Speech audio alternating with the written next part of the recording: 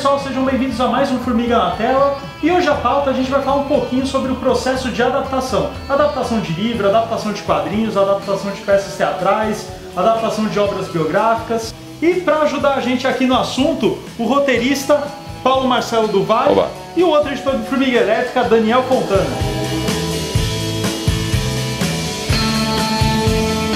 Adaptação é sempre um treco polêmico, né? Porque seja livro, seja HQ e tal, sempre tem aqueles fãs mais xiitas que vão reclamar quando sua obra vai para outra mídia, né? E hoje é um assunto assim em voga por causa da quantidade de adaptações de quadrinhos que a gente tem aí e, ou seja, a quantidade imensa de reclamações, né? Que são consequentes, né? do processo. É interessante ver que, assim, no início, mesmo quando o cinema estava começando a se transformar numa ferramenta de contar histórias e não apenas de mostrar cenas, né? Então, a chegada ao trem, se as quatro patas do cavalo não ficam no chão.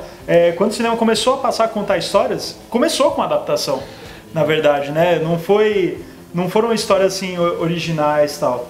Só que é interessante, né? Com o passar do tempo a gente tem os ciclos, né? Agora a gente está num ciclo onde a adaptação é onde mais recebe orçamento, né? Então parece até que a categoria no Oscar de roteiro original parece que é até uma coisa meio à parte, né? E a adaptação tem um lance, lança um livro, então ele é um livro de sucesso, vende 3 milhões de exemplares, então tem uma maneira até de você quantificar mais ou menos o público. Assim, uma história original você meio que vai às cegas, e uma adaptação você já tem uma base de público pensando comercialmente. E, na verdade, isso é um fenômeno até anterior ao cinema, né? Porque o teatro já se apropriava de várias obras justamente para sugar esse público que já vem pronto, né? Agora, quais são os limites, né? Daquilo que você pode mudar, daquilo que você mantém, entendeu? É livre. Não, é livre, mas é um assunto, assim, complicado, um negócio tênue, né? Porque muita gente vai se sentir ofendida. Eu tive uma professora que falava que você lê o livro, escreve uma sinopse, joga o livro fora e fica só na sua sinopse. Era a opinião dela. Ela falou que ela trabalhava desse jeito. E na questão, então você concorda com, por exemplo, aquilo que o personagem do Nicolas Cage passa em adaptação, você acha que é uma situação comum, né? Acontece. A curiosidade dizem que o grande desafio que o Eisenstein morreu antes. Diz que o grande desafio do Eisenstein era filmar o Capital. Tá. Não sabemos como ele faria isso, né? Mas dizem que era o desafio dele, assim, vamos filmar o Capital. Mas é engraçado que assim, a gente está numa era, o PM falou, né, que comercialmente você já sabe o público e tal. E ultimamente a gente tem adaptação de tudo, né? Adaptação não só de livro, quadrinho, tal, que a gente já conhece de tanto tempo, mas adaptação de jogos de videogame. E a coisa mais bizarra que eu acho é a adaptação de brinquedo. Então, Piratas do Caribe. Piratas do Caribe. Transformers, exato. Transformers ainda tinha o desenho pra ajudar um pouquinho, só que, poxa, do Lego, o Banco Imobiliário vai ter, o Battleship, né, o Batalha Naval. Não, e o detalhe, o vai ter. Jogo da vida. O Monopoly, né, que é o Banco Imobiliário, seria dirigido pelo Ridley Scott, cara. Então, ou seja, é um diretor de primeiro time aí, sabe, se envolvendo num treco meio, sei lá, que você não vê tanto valor, não vê tanta profundidade, né? Por dizer assim. Não, mas dependendo da história que se bolar é interessante. Né? Não, o cara mas pega o Battleship, dizem que é uma... Eu não vi o filme, falam que é um tiro pela culatra absurdo, né? Mas, sei lá, você pega aí um jogo, sei lá, falei, jogo da vida, né? Tipo, o jogo mais, sei lá, e uma baita de uma história, né, meu? Mas aí é igual quando falaram que ia ter a adaptação do jogo Asteroides, né? Do Atari, que era uma navezinha, um quadradinho que ficava atirando em asteroides na tela. Aí beleza. Aí falaram, por que vão fazer uma porra dessa se já existe Armagedon? Entendeu, pô? Mas é muito cômodo, né? Porque não tem nada ali. O cara pode rechear com aquilo que ele quiser, usar apenas o nome do original e, sei lá, vai gerar curiosidade, nem que seja pelo caráter negativo, né? Falar, que merda que vão fazer nesse filme, né? Aí alguém vai assistir, claro, né? tem um projeto que nunca, tipo, eu entro no IMDb, olha, ele tá, vai, não vai, não vai. Era o Ridley Scott, entrou o Todd Haynes, que é a adaptação do Meridiano de Sangue do Cormac McCarthy. Tá. Que é um livro de western, mega violento. Um dos melhores livros que eu já li até hoje. E nunca vai ser esse filme, porque parece que ninguém quer enfiar 70 milhões num filme que vai ser super violento. Sim. E que se você tirar a violência também perde a sacada, sentido. não funciona. Como o Daniel falou no começo, né, tem muitos fãs xiitas que, pega a adaptação e antes de ver já detona, né? Mas aí eu pergunto assim, primeiro, a adaptação, quão fiel tem que ser? Porque se for fiel é redundante. Né? A gente até falou no programa de remakes, o remake do Psicose do Gus Van Sant foi tão fiel ao original que vira uma obra redundante. Pra quê? Pra quê? Pra quê? Exatamente. Em contrapartida, a gente tem exemplos interessantes, como por exemplo o Iluminado do Stephen King. Né? Você tem o livro e o filme, que eles são bem diferentes. Só que qual que é o lance? O livro, ele ganha muito, pelo menos pra mim, na parte da descrição, principalmente a descrição do Jack Torrance, né? Então, todo o lance da abstinência dele, por causa da bebida, você fica naquela dúvida se tem algo sobrenatural acontecendo ou não, até parte do livro, que é Stephen King, né? Daí chega lá no final você sabe que é sobrenatural, mas é uma tensão diferente da tensão gerada no filme. Então são duas obras com o mesmo título, os mesmos personagens, só que linhas narrativas bem diferentes. E eu acho isso legal, tipo, não é uma obra que é redundante à outra, são obras que acabam, não diria se complementando, mas uma versão diferente. Uma nova visão. Isso, uma nova visão. Então é como se você estivesse vendo duas histórias. Isso daí eu acho bem interessante. No negócio do Iluminado, eu até, né, como eu prefiro o filme ao livro, então eu acho bem legal o que você falou. Agora, O Exorcista é um caso, eu acho, é um livro tão bom quanto o filme. Desculpa, Sim. é um filme tão bom quanto o livro. Sim. Né? E segue bem ele é bem fiel, né? Mas eu li faz muito tempo, eu tinha uns 18 anos, eu lembro que O Exorcista, o filme deixa claro que é o demônio. E o livro, eu lembro que a gente fica na dúvida, né? Se é o demônio ou não. A parte científica, ela se estende bastante, né? Então, cria um suspense legal. Pra filme, eu não acho que funcionaria. Eu acho que o filme ser a parada sobrenatural mesmo, eu acho mais interessante. Tem que ser, Até mesmo porque, a gente até comentou no filme sobre o Exorcista, que o Exorcista, ele foi um divisor ali no gênero terror, né, pro cinema, né, ele elevou o gênero a outro status. É o filme que deu reconhecimento pro... Exato, pro gênero terror. Eu não sei se eles tirassem essa parte de terror, se ia ficar só suspense, né? Sim, ele tem que ter o gore, né? Senhor PM, você que já participou aí na confecção de vários roteiros de adaptação, quais foram as maiores dificuldades que você encontrou? Como é que é adaptar? Porque pro fã é muito fácil falar, poxa, que merda, o livro é bem melhor, o quadrinho é bem melhor, enfim. Minha última experiência foi fazer uma adaptação de vida real. Então, a biografia, é um projeto que ainda está em desenvolvimento, é a biografia de um criminoso que fugiu para o Brasil e aqui ele morreu. Então, a gente tem que... aquela história, né, que... Né, você falou do físico, né, a vida ocorre por acidentes. Né, tipo, na vida é tudo um acidente, né, tipo, por onde você vai, o que acontece, na vida não tem lógica. E o filme tem que ter uma coerência, né, tipo, ele tem que ter sempre uma relação de causa e efeito. Então a gente ou encontra isso na vida e onde não encontra a gente cria. Né, tipo, então aí está o limite da adaptação. Né, e também tem aquele negócio, né, tipo, a pessoa tem uma vida. E uma vida são fatos. Aí cada um vai ter a sua interpretação, né? Eu uso em aula exemplo como seria um filme sobre a vida do Ayrton Senna. Então, se a gente pega a vida dele, dependendo do segmento que a gente pega da vida, ou a gente faz a história de um herói, ou então a gente faz a história de um cara que perdeu tudo, ou pode ser um coming of age, se pega a juventude dele. Então, né, tipo, a mesma vida pode dar origem a vários filmes. Então, aí tem que encontrar isso, né? Tipo, você lê aquela história, fala assim, você lê aquela biografia daquela pessoa, o que te pegou aí? Foi isso aqui, então é isso que a gente vai, né? E onde a vida não nos dá, a gente cria, a gente muda, né?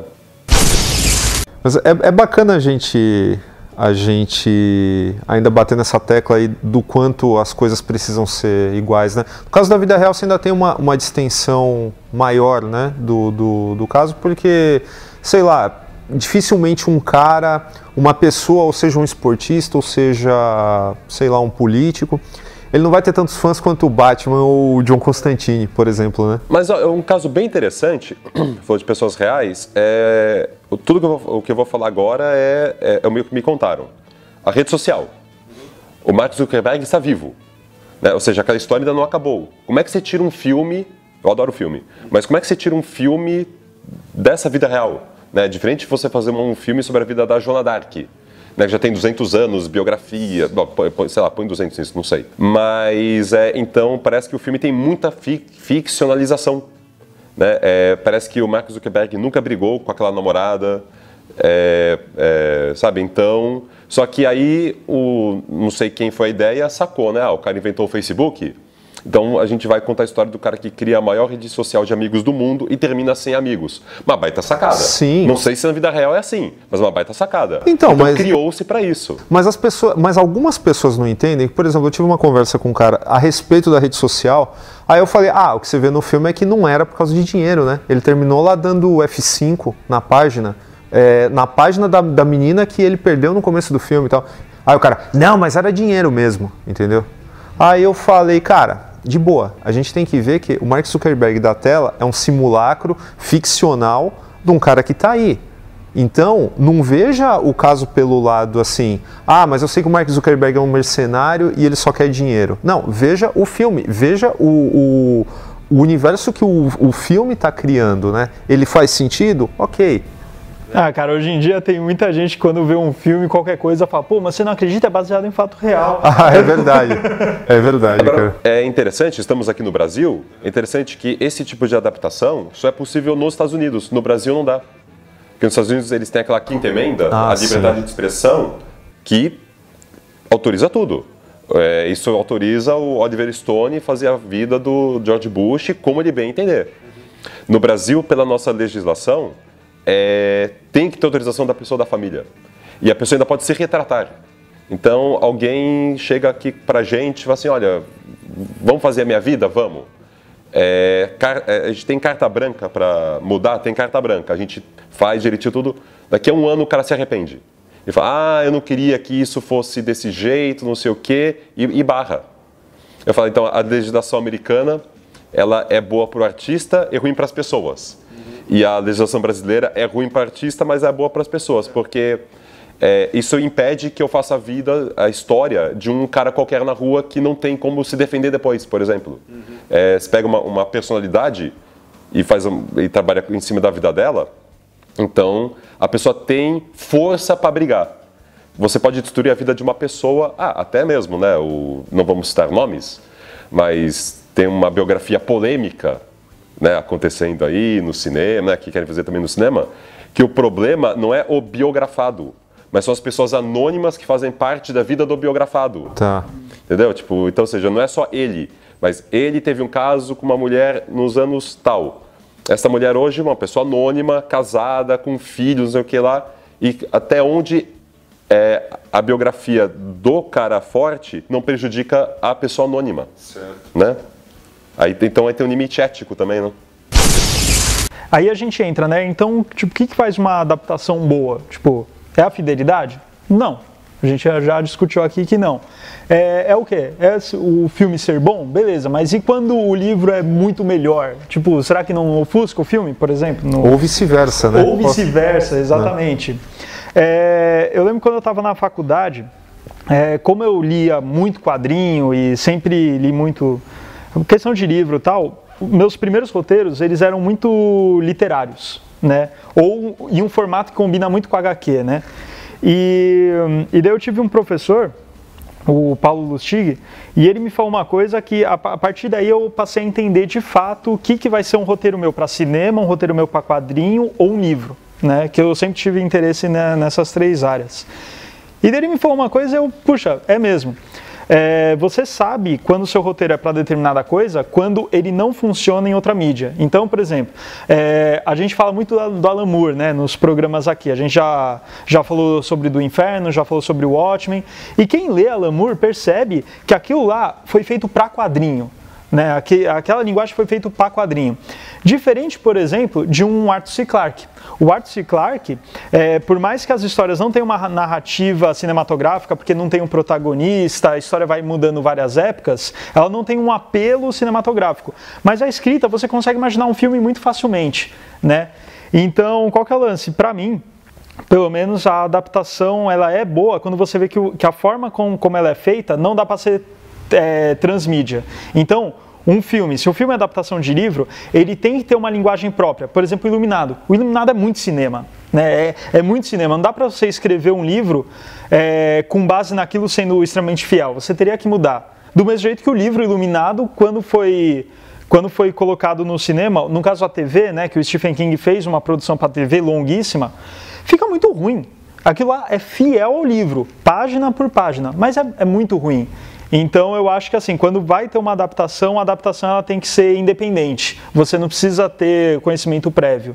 É claro, né? Agora a gente pega a Marvel, por exemplo. Marvel, quando você tem o conhecimento dos quadrinhos, você está um passo à frente, né? Então você está vendo o filme, você saca coisas, pega easter eggs. É legal, uma outra dinâmica, né? Mas convencionalmente, quando a gente fala de livro ou graphic novel, eu acho que é assim, o negócio tem que ser meio independente. Mas e no caso de um Sin City, que ele... Assim, eu gosto do filme, eu acho que ele chega até a ser um filme experimental, feito dentro do sistema do cinemão, é super fiel, né? Tirando uma outra concessão idiota, né? Mas enfim, me incomoda, pelo menos me incomodou, o fato de eu ir no cinema e saber tudo que eu ia ver lá, porque eu já tinha lido todas as histórias. Mas por outro lado é uma adaptação, assim, fiel até a medula, né? Por outro lado, cara, um filme que o pessoal costuma descer o pau, e se a gente olhar só por essa ótica, até vou concordar. O Constantine do Keanu Reeves, ele é um filme que toma assim, liberdades assim, absurdas com relação ao personagem. Mas se você enxergar só o filme, não é um filme ruim. Exatamente. Entendeu? É um filme que dá pra você assistir de boa. Tal. É um filme que tem suas qualidades individuais fora dos quadrinhos. Só entra aquele problema que o Alan Moore mesmo fala, né? Tipo... Imagina só para quem nunca leu Hellblazer, nunca leu Constantine e ter na visão só o Keanu Reeves. Ah, sim. Né? Imagina o Watchmen. O Watchmen é um filme que, assim, se eu não tivesse lido o quadrinho, eu acho que eu ia amar o filme. Só que como eu li o quadrinho, o filme ele fica... Né, é outra coisa. Então, às vezes me dá muita pena ver uma galera que assiste o filme, no caso... E que baseia aquela obra que já existe em outra mídia e se baseia no filme para julgá-la. Às vezes dá pena. V de Vingança, cara. V de Vingança. Também é a mesma coisa. É isso aí, pessoal. Esse aqui foi mais um Formiga na Tela. Dessa vez a gente falou um pouquinho sobre o processo de adaptação. Dá um joinha aí no vídeo, inscreva-se no nosso canal, comente, compartilhe, siga a gente no Twitter, curta a nossa fanpage no Facebook, procura a gente no Google+. Se você tiver algum comentário para deixar aqui pra gente, querendo falar das suas adaptações preferidas ou alguma que a gente deixou de citar, você pode também estar mandando um e-mail para o natela@formigaelétrica.com.br, conforme essa tarja que está aparecendo no vídeo agora. Mais uma vez agradecendo a agência Alice Wonders que liberou esse maravilhoso cenário aqui pra gente. Agradecimento aqui ao roteirista Paulo Marcelo do Vale, o outro editor do Formiga Elétrica, Daniel Fontana. Eu sou Gustavo Clive Rodrigues e até semana que vem. É isso aí, pessoal, esse aqui foi mais um Formiga na Tela. Dessa vez a gente falou um pouquinho sobre o processo de adaptação de livro, quadrinho e vida biográfica. Vida biográfica? Nossa, ficou forçado isso daí, né? Corta pra mim. E também não esqueça de acompanhar o nosso podcast semanal, toda segunda-feira, mais um Formiga Cast no ar. Nossa, isso. E essa piscadinha?